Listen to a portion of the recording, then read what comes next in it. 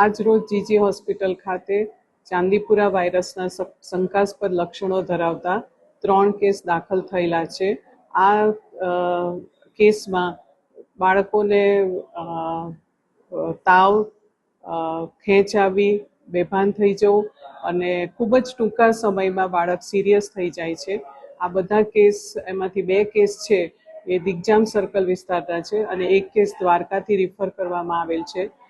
ત્રણેય બાળકોના શંકાસ્પદ લક્ષણો છે, તેથી તેના માટે તેને ચાંદીપુરા વાયરસનો અત્યારે જે રોગચાળો ફેલાયેલો છે એના માટે અમે એના સેમ્પલિંગ મોકલેલા છે, જેનો રિપોર્ટ આવતા લગભગ અઠવાડિયાનો સમય લાગશે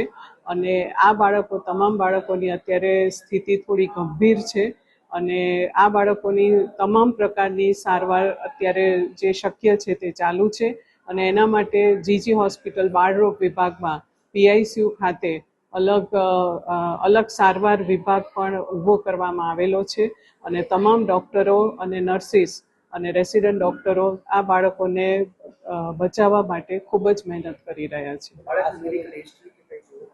આ બાળકો અત્યાર સુધી તો બધા તંદુરસ્ત જ હતા અને 1-2 દિવસથી તાવ આવ્યો અને તાવમાં ખેંચ આવી અને પછી બેભાન થઈ ગયા છે અને આ બધા લક્ષણો શંકાસ્પદ રીતે ચાંદીપુરા વાયરસના ગણાય છે અને આ જે સ્થિતિ છે તે લગભગ દર વર્ષે જ્યારે ચોમાસું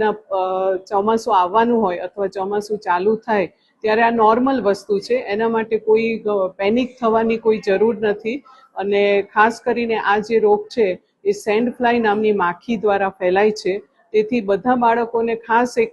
વિનંતી છે કે એ લોકો શાળાએ જાય અથવા બાળકો ઘરમાં હોય ત્યારે એક તો એને લાંબી બાયના કપડાં પહેરાવે અથવા જ્યારે સૂઈ જાય ત્યારે મોસ્કિટો નેટ કે એવું કંઈ પણ યુઝ કરે, જેથી એ સેન્ડ ફ્લાય નામની માખી બાળકને કરડે નહીં અને એના લીધે જે રોગચાળો ફેલાય છે તે ના ફેલાય। અને બીજી વસ્તુ એ છે કે આજુબાજુના વિસ્તારોમાં થોડી ચોખ્ખાઈ રાખવી જોઈએ, કારણ કે આ જે માખી છે સેન્ડ ફ્લાય માખી એ ગંદકીમાં ફેલાય છે। આ જે રોગ છે એ 15 વર્ષથી નાના બાળકોમાં જોવા મળે છે, એક્સક્લુઝિવલી બાળકોમાં જ જોવા મળતો રોગ છે અને ખાસ કરીને જે સ્લમ વિસ્તાર છે અને જે કાચા મકાનો છે, કારણ કે જે આ સેન્ડ ફ્લાય છે એ કાચા મકાનોની તિરાડોમાં જે ત્યાં એનો ઈંડા મૂકતી હોય છે અને ત્યાંથી એ ફેલાતી હોય છે અને બાળકોને કરડે છે। એટલે જ્યાં ગંદકી હોય ત્યાં આગળ આ જે રોગનું પ્રમાણ છે એ વધવાની શક્યતા છે અને આ માટે આજુબાજુના વિસ્તારોમાં જંતુનાશક દવાઓનો છંટકાવ કરો। ખાસ કરીને આપના ઘરની આજુબાજુના 50 યાર્ડના વિસ્તાર એકદમ ચોખ્ખો રાખવો જોઈએ, જેથી કરીને આ જે સેન્ડ ફ્લાય નામની માખીનો ઉપદ્રવ ના થાય અને રોગચાળો ફેલાય નહીં।